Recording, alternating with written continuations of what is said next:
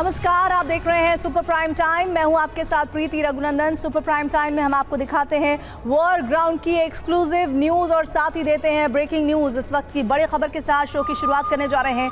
Gaza बमबारी में मरने वालों की संख्या बढ़ गई है। फिलिस्तीनी मीडिया के मुताबिक 300 से ज्यादा लोगों के मारे जाने की खबर है और इजराइल ने सुरक्षित घोषित कैंप पर बमबारी की है। हमास के कई बड़े कमांडर्स के मारे जाने का दावा किया जा रहा है। तेल अवीव में इजरायली कैबिनेट की आपात बैठक की भी खबर आ रही है। तो ये वॉर ग्राउंड से बड़ी खबर इस वक्त आप तक पहुंचा रहे हैं। तो गाजा में आज इजरायली सेना को बहुत बड़ी कामयाबी मिल गई है। गाजा का गॉडफादर कहा जाने वाला अल कसाम ब्रिगेड का चीफ, जिसे मोहम्मद दाइफ कहा जाता है, वो मारा गया है। इसके ऊपर इनाम था और बड़ा इनाम 8,35,200 रुपए का इनाम था। और इसी के साथ ही राफा साला में जो चीफ था खान यूनिस ब्रिगेड का, वो भी मारा गया है, ऐसा दावा किया जा रहा है, जिसके ऊपर भी बड़ी इनामी राशि थी। कहा जा रहा है कि 1,67,00,000 रुपए से ज्यादा का इनाम इसके ऊपर घोषित था। तो बड़ी तस्वीर, बड़ी जानकारी हम आप तक पहुंचा रहे हैं। इजराइल के हमले में राफा साला में भी खत्म हो गया है। साला में अल कसाम खान ब्रिगेड यूनिस का खान ब्रिगेड का कमांडर था और इसके सिर पर 1,67,00,000 रुपए से ज्यादा का इनाम था। और इजराइल के टारगेट पर हमास के अब कौन कौन से लीडर्स और कमांडर्स हैं, ये भी जान लीजिए। याह्या सिनवार गाजा में हमास का चीफ और इसके सिर पर 3,34,00,000 का इनाम है।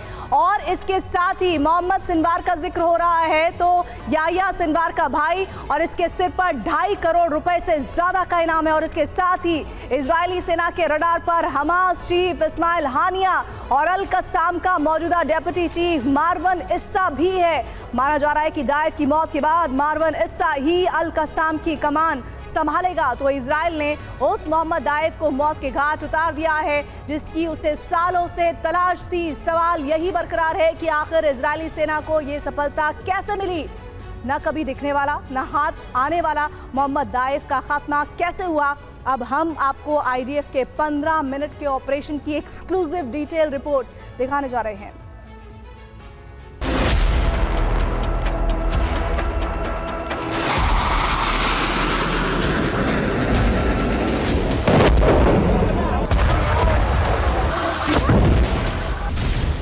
ग्लोबल ब्रेकिंग नंबर 1, गाजा के गॉडफादर का अंत।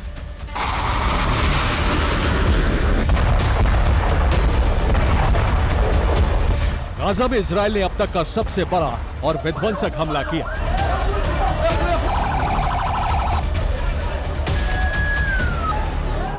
इस हमले में गाजा के गॉडफादर का अंत हो गया।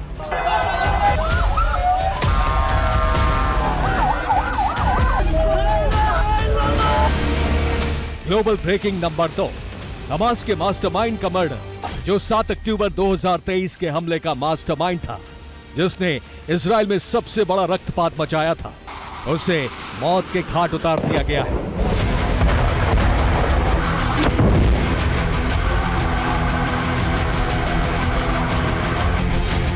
ग्लोबल ब्रेकिंग नंबर 3, इजराइल का दुश्मन दफ्न।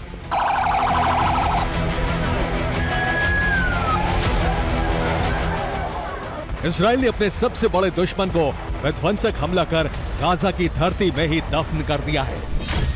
ग्लोबल ब्रेकिंग नंबर 4, अल कसाम का चीफ खत्म। नेतन्याहू और उनकी सेना का प्रण पूरा हो गया है। अल कसाम का चीफ खत्म हो चुका है।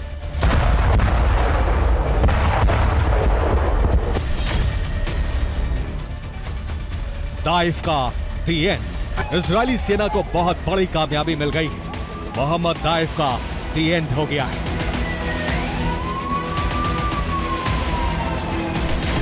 तारीख 13 जुलाई 2024। समय भारतीय समय के मुताबिक दोपहर 2 बजे। जगह खान यूनिस, गाजा। दक्षिण गाजा के खान यूनिस में इसी तरह एक के बाद एक 9 धमाके हुए। ये विस्फोट अल मवासी कैंप पर हुआ। इसी के साथ इजरायली सेना को बहुत बड़ी कामयाबी मिल गई। हमले में अल कसाम का चीफ मोहम्मद दाइफ का अंत हो गया। आईडीएफ ने उसी दाइफ को खत्म कर दिया जिसके कई नाम थे, मसलन गाजा का गॉडफादर, हमास का मास्टरमाइंड, हमास का बिग बॉस इजराइल का सबसे बड़ा दुश्मन।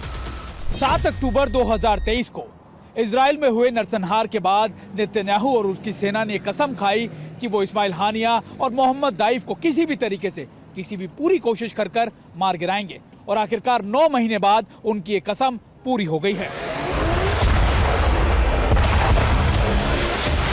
9 महीने से चल रही गाजा जंग में इजराइल के लिए ये अब तक की सबसे बड़ी और अहम कामयाबी मानी जा रही है। आईडीएफ ने इस बार हमास की मिलिट्री विंग के चीफ का खात्मा किया है। गाजा में हमास की ही सरकार है। हमास एक पॉलिटिकल विंग है, जबकि हमास के मिलिट्री विंग का नाम है अल कसाम। हमास का चीफ है इस्माइल हानिया, जबकि अल कसाम का चीफ था मोहम्मद दाइफ। वही दाइफ जिसका मर्डर हो चुका है। मोसाद के हमलों में मोहम्मद दाइफ के दोनों हाथ और पैर खराब हो चुके थे। उसकी सिर्फ एक आंख बची थी। जानकार बताते हैं कि मोहम्मद दाइफ ज्यादातर व्हील चेयर पर ही रहता है और जब वो व्हील चेयर पर बैठकर ही इजराइल में नरसंहार और उसे खत्म करने के आदेश भी देता रहता है। इजरायली खुफिया एजेंसी मोसाद ने दाइफ को मारने की 7 बार कोशिश की थी। वो 7 बार बच गया था, लेकिन 8वीं बार बच नहीं पाया। सवाल यही है कि सिर्फ 15 मिनट के अंदर मोसाद और आईडीएफ ने मोहम्मद दाइफ को गाजा की धरती में ही दफन कैसे किया। अब इसे समझिए, 9 महीने से दाइफ की लोकेशन को लगातार ट्रैक कर रही आईडीएफ को उसका पता मिला। मोसाद ने दाइफ की लोकेशन की जानकारी फौरन आईडीएफ को दी। इसके बाद इजरायली एयरफोर्स को गाजा में बड़े ऑपरेशन का ऑर्डर मिला। तेल अवीव एयरबेस से इजरायल के F-16 लड़ाकू विमानों ने उड़ान भरी और कुछ ही मिनटों में इजरायल के लड़ाकू विमान दक्षिणी गाजा में खान यूनिस के अल मवासी पहुंच गए। अल मवासी के जिस कैंप के नीचे सुरंग में दाइफ मौजूद था, वहां इजरायल ने F-16 फाइटर जेट से भीषण बमबारी की। यहां इजरायली फाइटर जेट ने कुल 9 MK-84 बमों की बरसात की और इसी के साथ ही इजरायली सेना ने दर्जनों ड्रोन भी दागे। आईडीएफ के ऑपरेशन में मोहम्मद दाइफ की मौत हो गई। हमले में 300 से ज्यादा लोगों के मारे जाने की भी खबर है।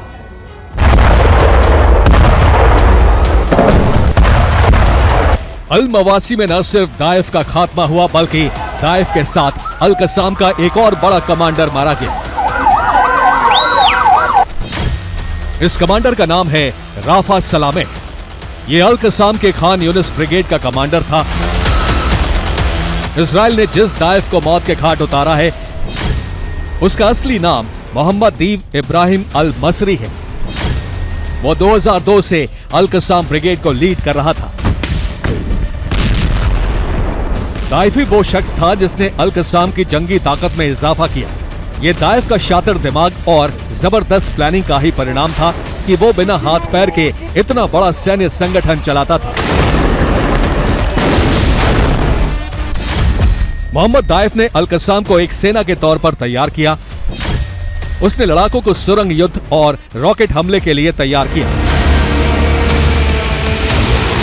गाजा पट्टी में सैकड़ों सुरंगें हैं। इन सुरंगों पर ना तो बम का असर होता है, न मिसाइल का। इन सुरंगों का मास्टरमाइंड भी मोहम्मद दाइफ ही था। द सन की एक रिपोर्ट के मुताबिक मोहम्मद दाइफ गाजा के अंडरग्राउंड सुरंगों के नेटवर्क से कभी बाहर नहीं निकलता था।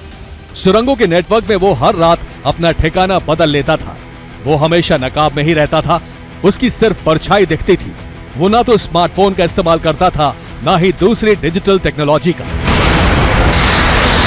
यही वजह है कि वो इतने सालों तक मोसाद और आईडीएफ को चकमा देता रहा, लेकिन इस बार उसकी हर होशियारी धरी की धरी रह गई। ये दाइफ ही था जिसने 7 अक्टूबर 2023 के हमले की पटकथा लिखी थी। दाइफ ने इजराइल के अभेद्य सुरक्षा चक्र को तहस नहस कर अपने लड़ाकों को न सिर्फ इजराइल के अंदर दाखिल करवा दिया, बल्कि बहुत बड़े नरसंहार को अंजाम दे दिया था। तभी से आईडीएफ दाइफ को दफन करने की तलाश में थी। ये तलाश अब पूरी हो चुकी है। हमास और अल कसाम का मास्टरमाइंड खत्म हो चुका है। हालांकि हमास ने दाइफ के मारे जाने की खबर को गलत बताया है। अब सवाल यही है कि अगर दाइफ मारा जा चुका है तो इसका परिणाम क्या होने वाला है? क्या गाजा युद्ध और भड़कने जा रहा है? फिलहाल तो यही माना जा रहा है कि गाजा की जंगी ज्वाला अब और विकराल रूप लेने जा रही है। दाइफ के बाद मारवन ईसा अल कसाम की कमान संभालेगा। हमास के गाजा चीफ याह्या सिनवार का रोल भी बढ़ने वाला है। माना जा रहा है कि दाइफ की मौत का बदला लेने के लिए अल कसाम ब्रिगेड एक और अल अक्सा फ्लड ऑपरेशन लॉन्च कर सकता है। ईरान समेत अरब के कई देश हमास के साथ आ सकते हैं और इस तरह से अरब में महाविनाश का सबसे बड़ा बवंडर आ जाएगा। Bureau report, TV9, Bharatvarsh.